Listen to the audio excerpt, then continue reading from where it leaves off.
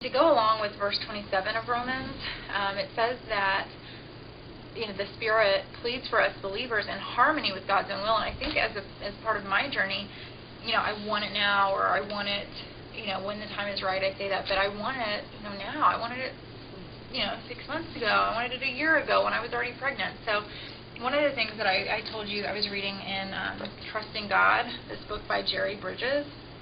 It's a really good book. On page 23, it talks about God's providence, and it says that God's providence is His constant care for and His absolute rule over all of His creation for His own glory and for the good of His people. And then it goes down and it says, God never pursues His glory at the expense of the good of His people, nor does He ever seek our good at the expense of His glory.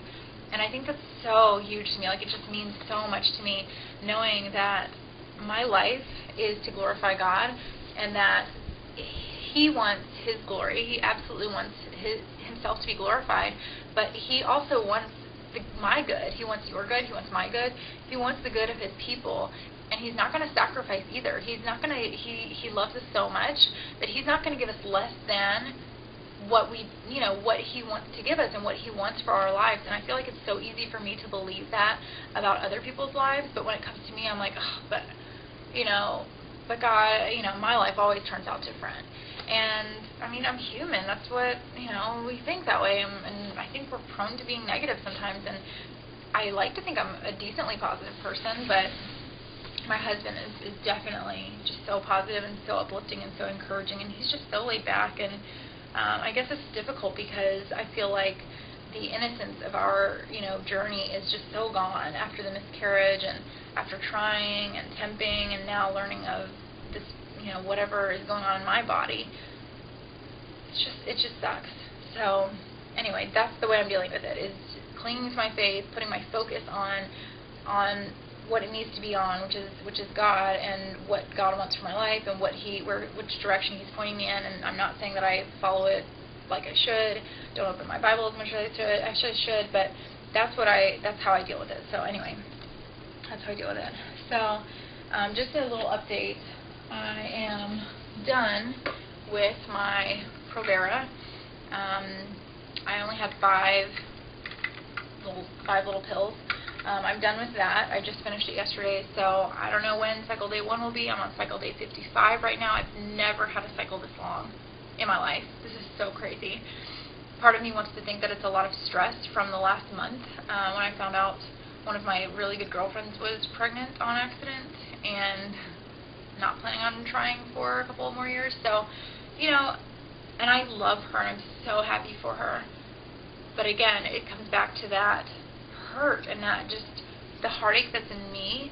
And that sounds so selfish, but you guys know, you can relate. So I don't know.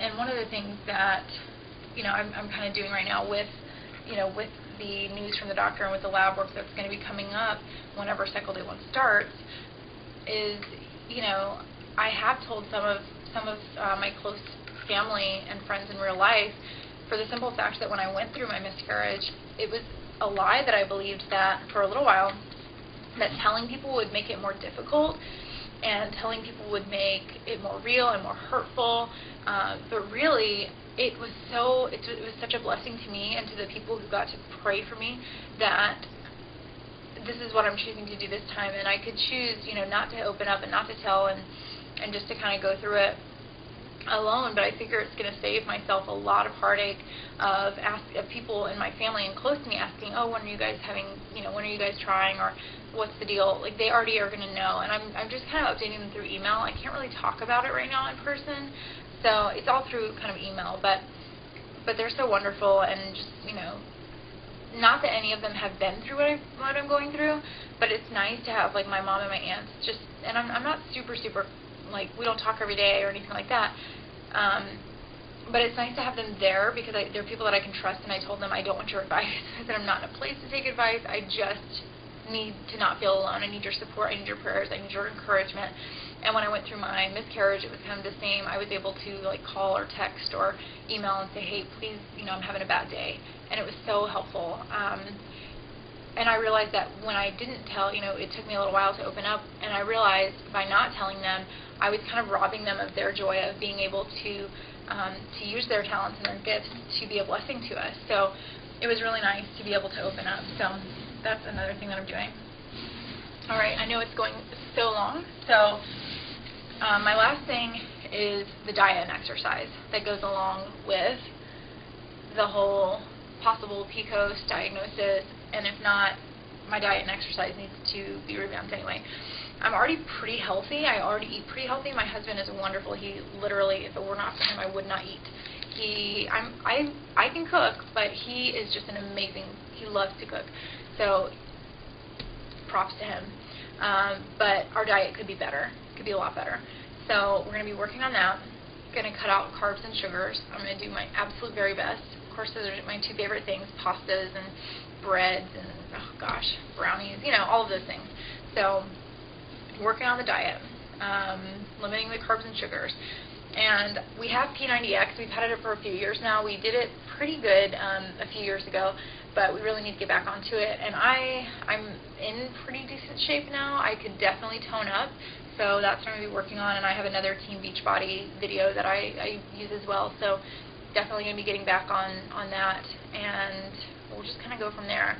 Again, I'm on cycle day 55, waiting to start, trying to hurry up for cycle day 1.